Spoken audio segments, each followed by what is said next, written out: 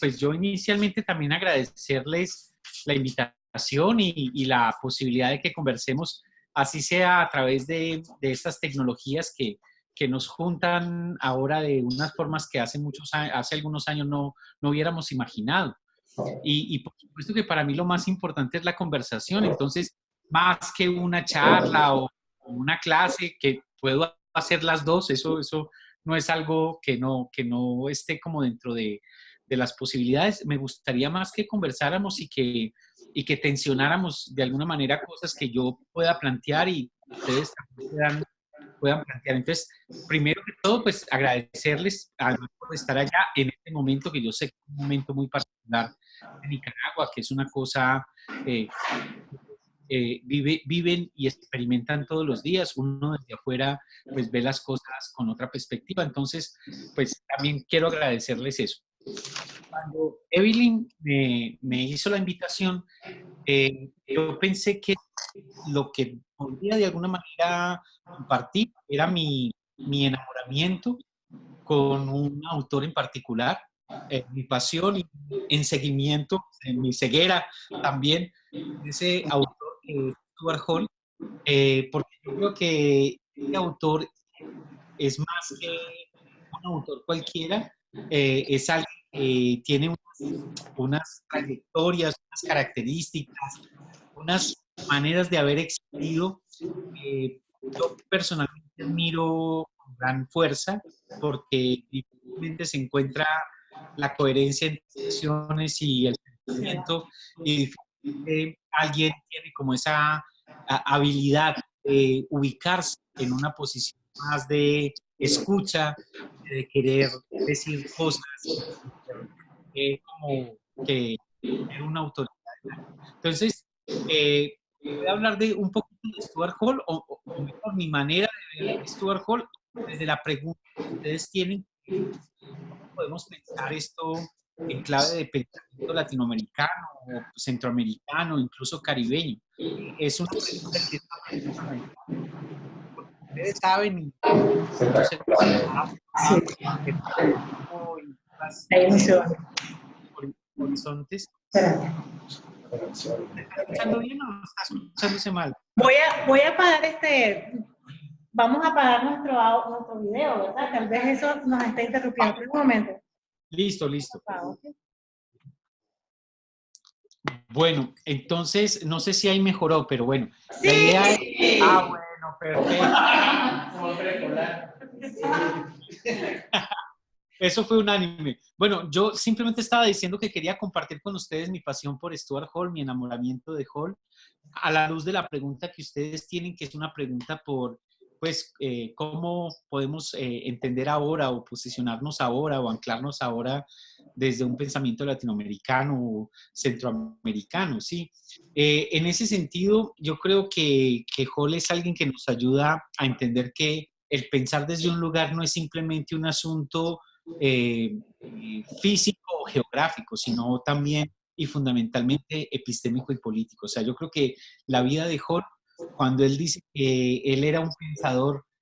que siempre estaba pensando desde el prisma caribeño, a pesar de que llevaba muchos años en Inglaterra, ahorita voy a contar un poquito de eso, él pensaba desde el prisma caribeño. Cuando él decía eso, lo estaba diciendo porque era más una perspectiva, un posicionarse, más que el habitar en una geografía particular. O sea, aquí lo que él está enfatizando es más el asunto epistémico, una lectura o un movimiento político. Bueno, entonces, para aquellos que no conocen esa parte, pues Hall nació en 1932 en Jamaica.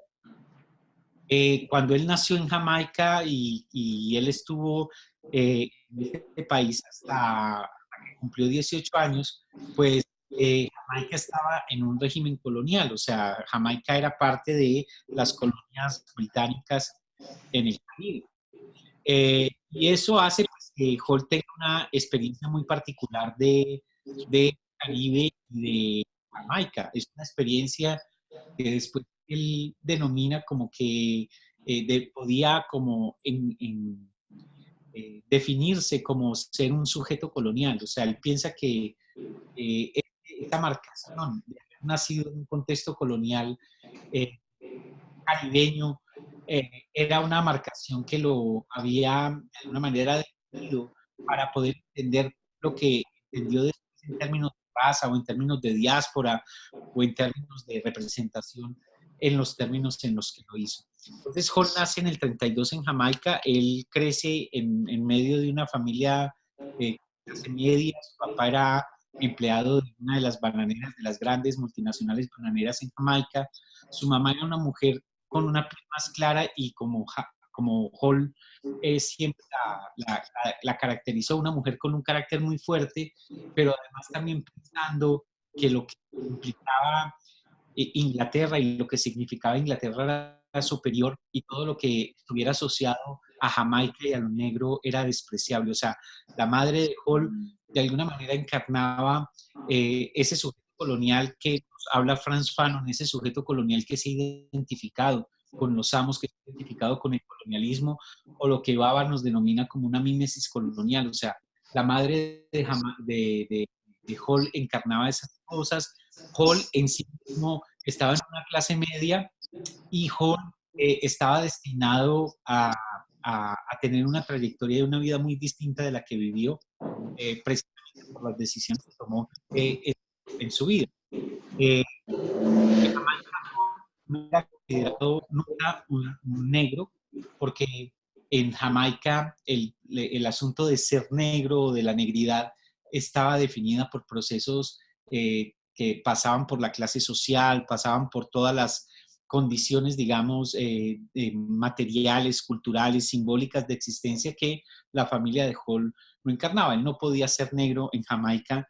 y definitivamente cuando está en Inglaterra no deja de ser negro por las condiciones concretas en las que existe. Hall, en ese contexto familiar, él es siempre se pensó como alguien que no cabía, alguien que no cuajaba dentro de las expectativas de su familia. Incluso él habla de una anécdota de cuando lo trajeron recién nacido a su casa,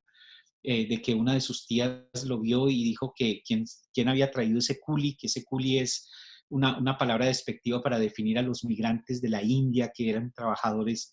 en condiciones precarias en Jamaica, más precarias incluso que muchas condiciones de trabajo en Jamaica. Entonces, Hall siempre fue un sujeto marcado como diferente y que nunca encajó en su familia. Él se va a estudiar a Inglaterra cuando cumple 18 años con una beca, se va a estudiar a Oxford y se va a estudiar mucho en un intento de alejarse de lo que significaban las expectativas familiares y las condiciones que estaban como definiendo lo que él debía ser como un adulto y todo lo que significaría su vida. Esto entonces hace que Hall llegue a Inglaterra al comienzo de los 50, 1951 o 52, no estoy, tal vez 50, 51, y lo que él empieza a experimentar en Inglaterra es entenderse como un sujeto colonial, es la posibilidad de verse como un sujeto negro que está hermanado a otros sujetos coloniales, antillanos y asiáticos, que los definen unas condiciones de racialización y también unas condiciones de que su horizonte de existencia estaba definido por otro lugar, por la metrópoli. En ese contexto, Hall rápidamente empieza a militar junto con otros estudiantes antillanos en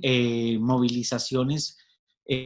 a favor de los procesos y las luchas anticoloniales, no solamente las que se estaban sucediendo o cocinando en las Antillas, sino también en Asia y en África. Pronto él se identificó como con esta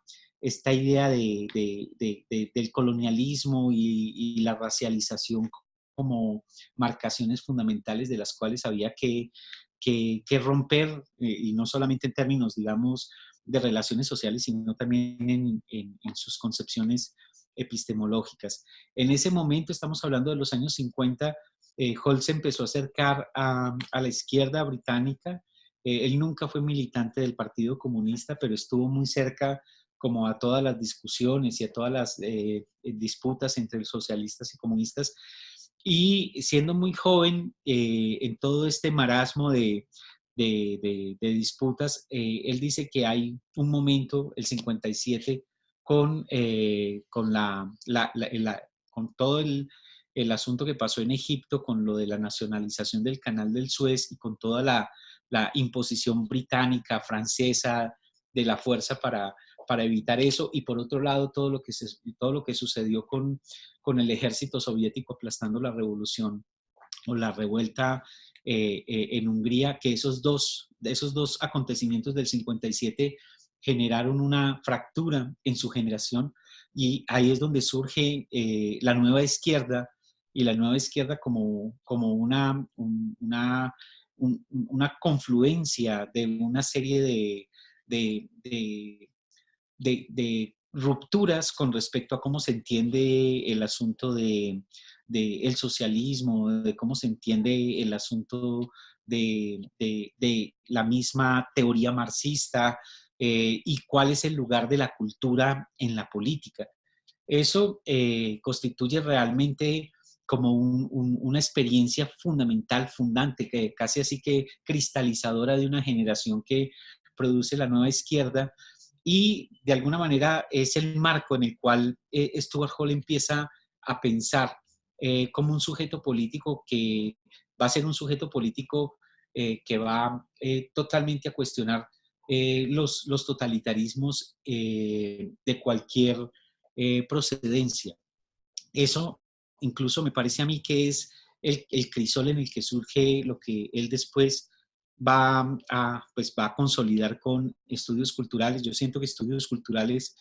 es como la expresión académica de lo que se consolida en el 57 pues, y principios de los 60 como nueva izquierda, y toda esta movilización que se dio precisamente en contra de la escalada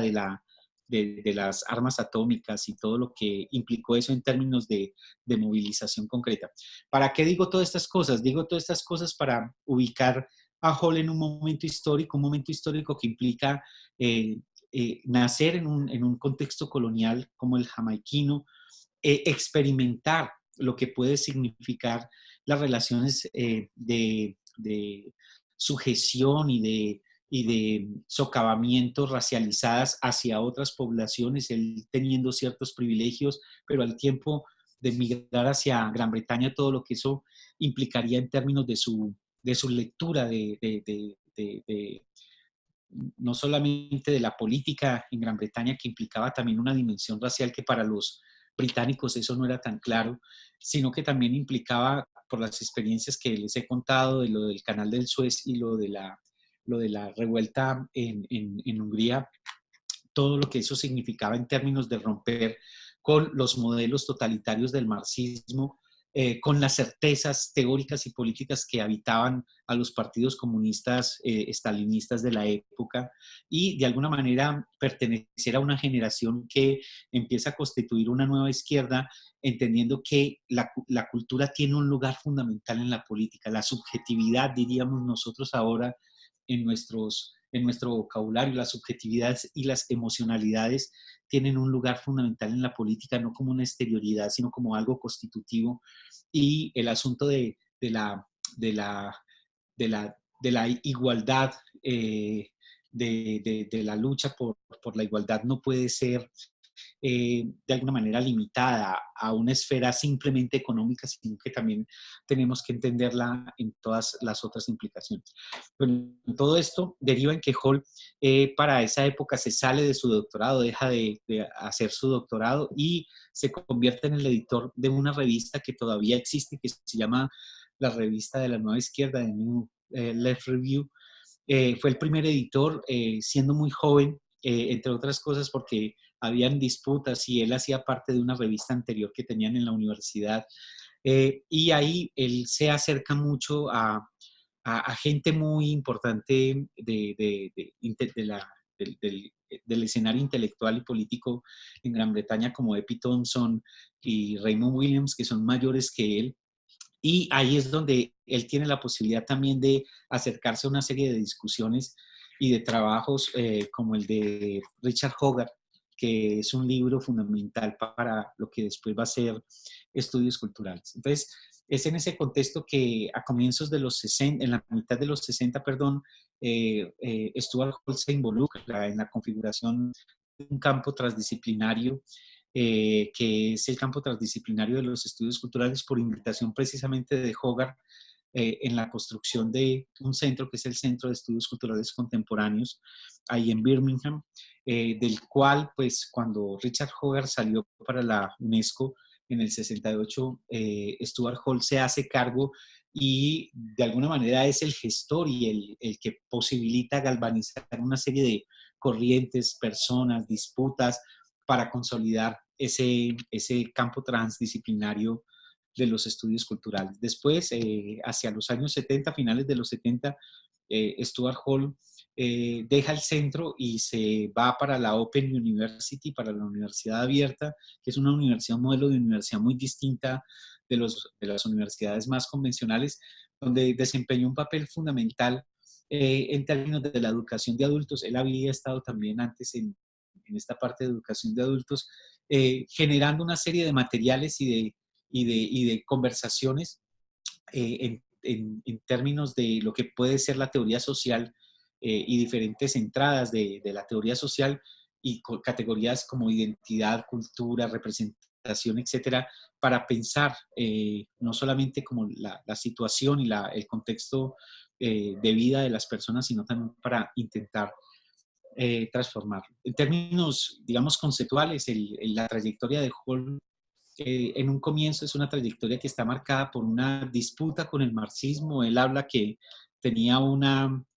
especie de forcejeo con Los Ángeles, con un marxismo que es el marxismo, digamos, más convencional.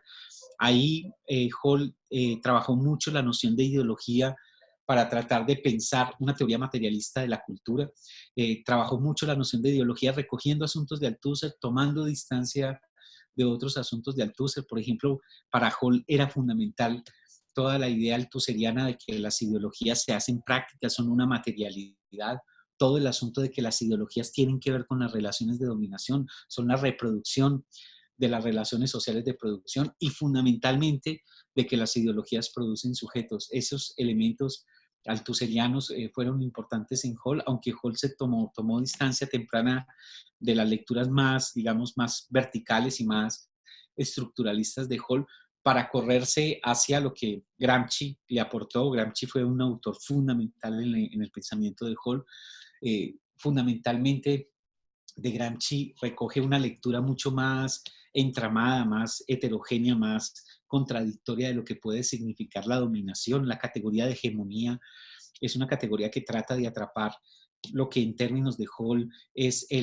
no simplemente el consenso, sino el consentimiento. En términos de Gramsci también fue muy importante toda la preocupación metodológica, pero también teórica y política de entender la complejidad de lo concreto, o sea, pensar en el nivel de no simplemente de la formación económico-social, sino de la coyuntura, pensar lo concreto en su complejidad y en su densidad. Eso también es un elemento fundamental que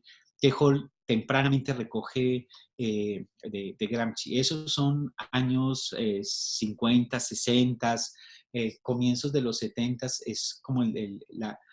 ese forcejeo con la teoría marxista, ese forcejeo por tratar de entender cuál es el lugar de la cultura en un modelo teórico que no la vea simplemente como un reflejo o como un epifenómeno o como algo derivado de otras cosas. Y ahí es donde surge, me parece a mí, como uno de los elementos fundamentales del pensamiento de Hall, que voy a conectar ahorita con lo de su prisma caribeño,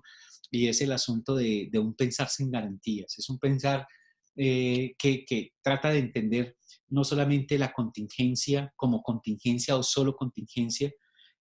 sin, trata de pensar la contingencia histórica sin descartar la determinación no cayendo en el determinismo. Para Hall es fundamental esa distinción entre determinación y determinismo, y eso genera entonces una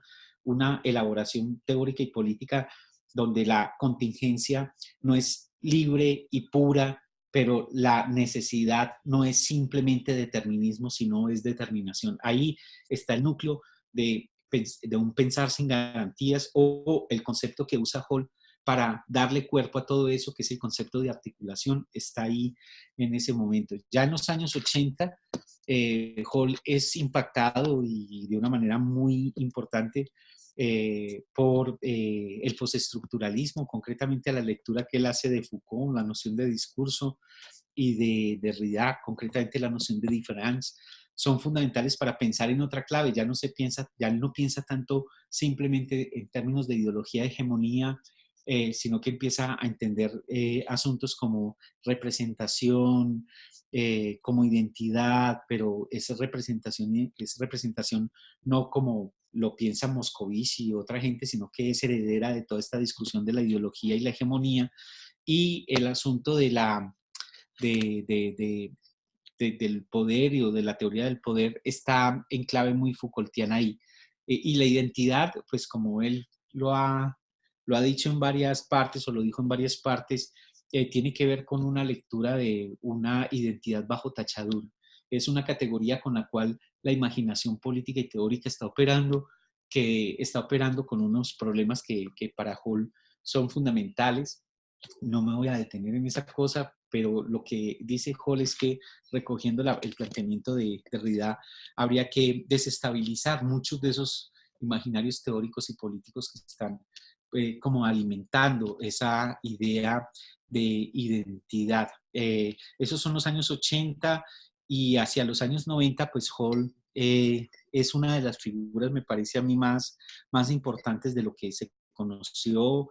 como teoría poscolonial, y esto es muy importante. Habría que diferenciar teoría poscolonial de giro de colonial, o de inflexión de colonial, o de opción de colonial. Pues la teoría poscolonial nace inspirada en el trabajo de Said, de Orientalismo del 78, nace a partir de una problemática fundamental, que es cómo la experiencia del colonialismo constituye nuestro presente.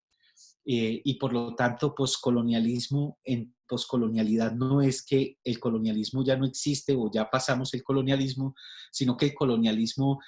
nos habita, nos define, nos constituye, porque fue una experiencia histórica fundamental para lo que nosotros somos y no podemos ser hoy en día. Entonces,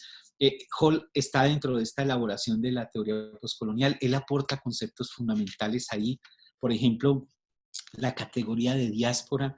que trabaja Hall también es totalmente distinta de la noción de diáspora que ha sido trabajada desde ciertos nacionalismos o de ciertas lecturas más esencialistas. Para Hall la diáspora no es una identidad que se mantiene en el tiempo, no es una comunalidad, sino que la diáspora es más un asunto de una transformación, de una serie de disputas, de una serie de heterogeneidades que se va desdoblando, se va configurando, y que pasa por la enunciación de un nosotros que es tan inventado como histórico, y todas esas cosas hacen que la noción de diáspora de Hall, que pertenece a esta elaboración de la teoría postcolonial, sea muy potente para entender la configuración de nosotros políticos, que no deben apelar a puridades o a continuidades o a esencialidades que garanticen, no sé, como los alcances de ese sujeto. Entonces, en los años 90, pues Hall piensa más en clave de teoría postcolonial. Obviamente esto no es un asunto sucesional, porque cuando él está pensando en clave postcolonial, él no ha abandonado la problemática marxista, que lo define como un materialista, que lo define como una historización, que lo define como alguien que piensa que lo que se interpreta del mundo es parte fundamental de la transformación del mundo. Acuérdense de las 11 tesis de Feuerbach, que escribió Marx. Tampoco abandona el postestructuralismo, sino que pues trabaja mucho ahí y está pensando en otra clave. No quiero dar la impresión de que Hall está como teniendo etapas que implican superaciones, sino que son más imbricaciones y vocabularios y momentos históricos concretos en los que él empieza a trabajar. Una cosa que a mí me ha parecido fundamental en el pensamiento de Hall tiene que ver con las dos interrupciones que él dice que son fundamentales en los estudios culturales, y yo diría en la nueva izquierda igual, y las dos interrupciones fundamentales son el racismo, pensar el asunto de la raza y pensar las implicaciones del feminismo. O sea, Hall, con respecto a la raza, nos plantea, hay que entender la raza no de una manera, la raza y el racismo no de una manera abstracta, general, sino pensar sociedades racializadas, formaciones sociales racializadas, articulaciones y estructuras en dominancia racializadas, y hay que entender cómo se articulan y cómo opera concretamente esa racialización en momentos y en contextos muy particulares. El trabajo que él hizo sobre Policy in the Crisis muestra cómo el racismo en los años, a mediados de los 70, en Gran Bretaña se articula con un pánico moral, y ese pánico moral se constituye como el entramado y las condiciones de posibilidad de la emergencia de la nueva derecha y el thatcherismo. Entonces, la lectura para Hall, el asunto de la clase social nunca fue un asunto de reduccionismo de clase, por un lado, ni tampoco fue un asunto donde las marchas raciales no tengan su lugar. Él tiene una expresión muy interesante cuando hace unos textos en los 70 para la UNESCO sobre el racismo y la raza en el Caribe, donde dice que en el Caribe la clase se experimenta racialmente. Es una cosa que, un elemento como para que conversemos, la idea de interseccionalidad del feminismo negro, que está bastante, pues como difundido en estos tiempos, tiene un antecedente importante, o una línea de confluencia, no lo pondría ni siquiera como antecedente, en esta idea de articulación y en esta idea de que la clase se experimenta racialmente en Jamaica y no puedes separar una cosa de la otra.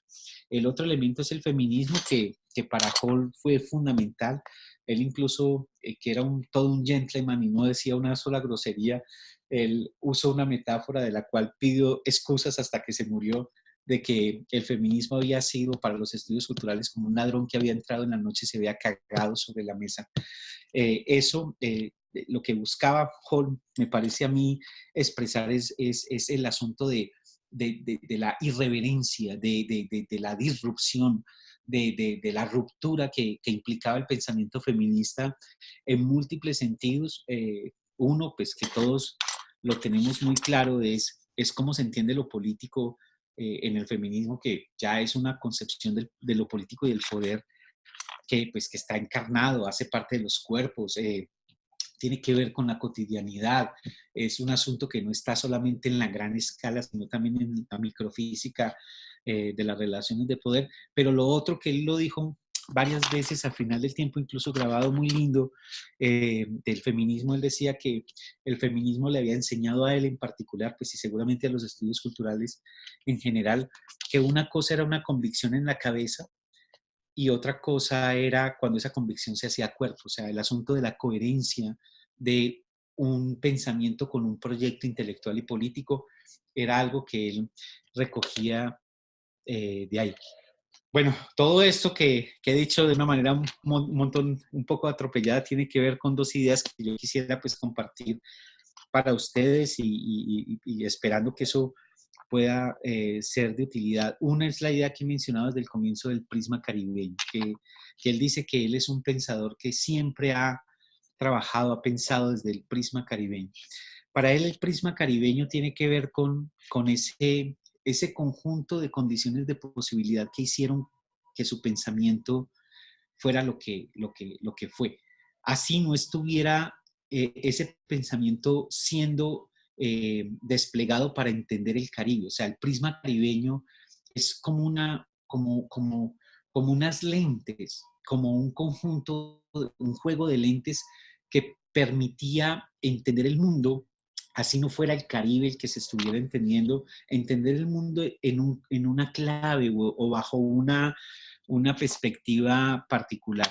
Y ese prisma caribeño, esa perspectiva del prisma caribeño estaba definida, me parece a mí, por dos elementos que están profundamente imbrincados. El elemento de la raza, o sea, vos no puedes pensar el Caribe, no puedes tener un prisma caribeño que sea ciego a la raza. El Caribe es racialización, el Caribe es desde el comienzo y todo el tiempo esas articulaciones de las jerarquizaciones sociales naturalizadas en cuerpos racializados. Ese es el primer elemento que me parece fundamental de lo del prisma caribeño. Y el otro elemento del prisma caribeño es el asunto del colonialismo. O sea, vos no podés entender el asunto caribeño ni entender desde un prisma caribeño que desconozca la dimensión colonial constitutiva del mundo. Por eso yo creo que cuando la teoría postcolonial de alguna manera empieza a circular en los circuitos británicos, pues Hall era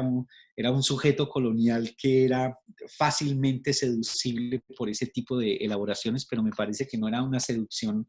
cosmética, sino que era resultado de su manera misma de experimentar el mundo como un sujeto colonial y por lo tanto un sujeto que no podía dejar de ver cómo Gran Bretaña era un producto del colonialismo también, de la misma manera que lo era Jamaica. O sea, en su autobiografía, pues bueno, él dice que no es una autobiografía, pero en el único libro que escribió, no, tampoco, porque se lo transcribió otro loco. Uno de los últimos libros que sale de Hall es precisamente esa idea de que el sujeto colonial que le encarna es un sujeto que está entre dos islas que son coproducidas por esta experiencia colonial, Jamaica y Gran Bretaña. Entonces, esos serían los dos elementos que a mí me parecen fundamentales de lo que define el prisma caribeño. Ahora, lo otro que quería decir con respecto a Hall y a su pensamiento, que puede ser muy útil para lo que nosotros tratemos de definir como pensamiento latinoamericano o un pensamiento centroamericano, yo siento que está encarnado en la noción de diáspora de Hall, y es que la diáspora, como la entiende Hall, o un pensamiento latinoamericano, un pensamiento centroamericano, no es un asunto de puridades, no es un asunto de claras y diáfanas continuidades, sino precisamente que un pensamiento perdón, la noción de diáspora implica la hibridez, la heterogeneidad, la contrariedad, lo que no está completo y cosas que no son solamente formuladas en narrativas, sino que pasan por experiencias que configuran nosotros, experiencias incluso imaginadas de nosotros, una África imaginada. Por supuesto que hay una presencia africana que ha sido negada, pero también hay una África imaginada en los rastafaris y en todo lo que eso implica para entender la noción de diáspora, o si quieren la noción de cultura como impuridad, pero también como devenir, como un asunto de